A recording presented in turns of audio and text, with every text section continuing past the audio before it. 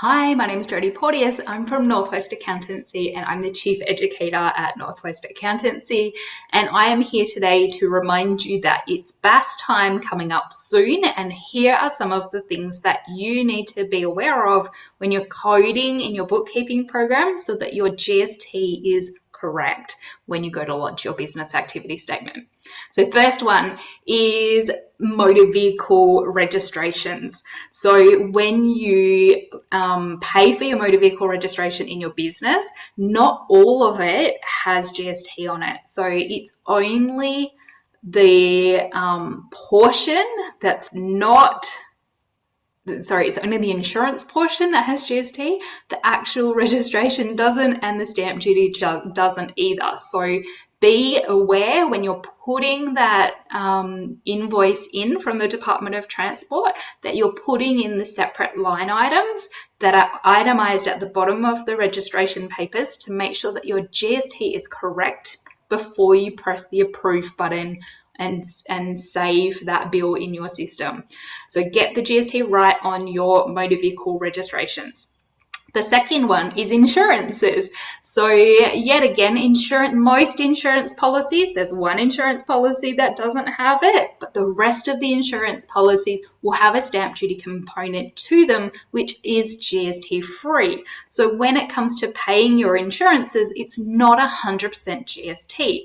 So make sure when you're entering your data in your bookkeeping program, you split up the difference between what the insurance premium is and what the stamp duty is, because the stamp duty is GST free and you can't claim GST on things that you buy that are GST free.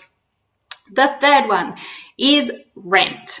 So rent for residential is always GST free. It's specifically excluded from legislation, specifically no GST. Residential rent, no GST. However, if you've got a commercial premises, your landlord might be charging you GST if they're registered for GST. So it's always a good idea to ask your landlord if they're registered for GST. And if not, here's tip number 4, go to the ABN lookup website. So do a search for ABN lookup, find their ABN and type it in, and that ABN lookup website tells you whether your supplier, the person you're paying, is registered for GST or not. If they're not registered for GST, you can't claim GST on what they're selling you. So make sure your bookkeeping is correct and have your GST check on the ABN lookup website as to whether they're registered for GST so that you know when you can claim it or not. Now, can you claim it or can you not? Do you have a receipt? So the general rules are if it costs more than $75 plus GST, so $82.50, then yes, you need to have a receipt in order to claim the GST. And this is something that will get audited if you are super unlucky to be audited for a GST audit.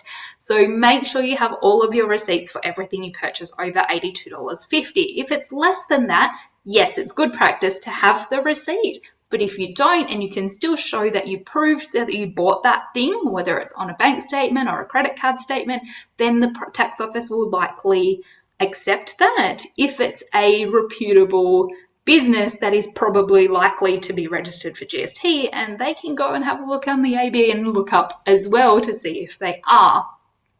So make sure that anything big you've got receipts for.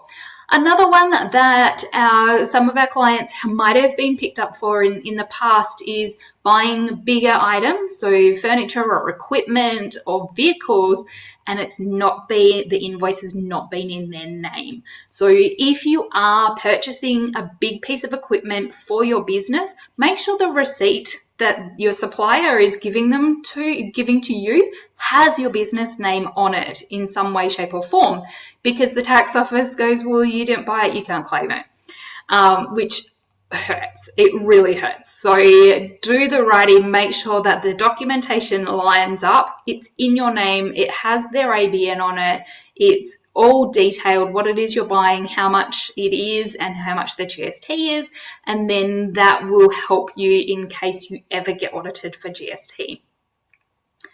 one last tip with GST, and that is make sure that the dates are right.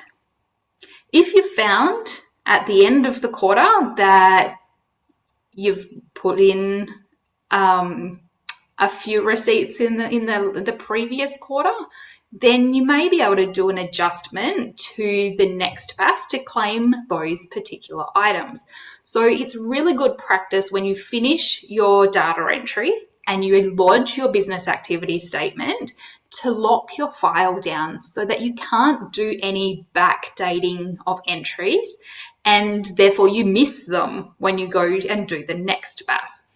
Some good accountants, and especially us at Northwest Accountancy, we do an annual reconciliation. So we do one big check at the end of the financial year to make sure that your records of all the data that you've entered throughout the whole year matches the BASs that you have lodged throughout the year. So if there's any extra claims that you can make or any GST that you've missed, then we will pick that up and we'll either do that amendment in the BAS for you, or we will tell you what to do to amend that BAS.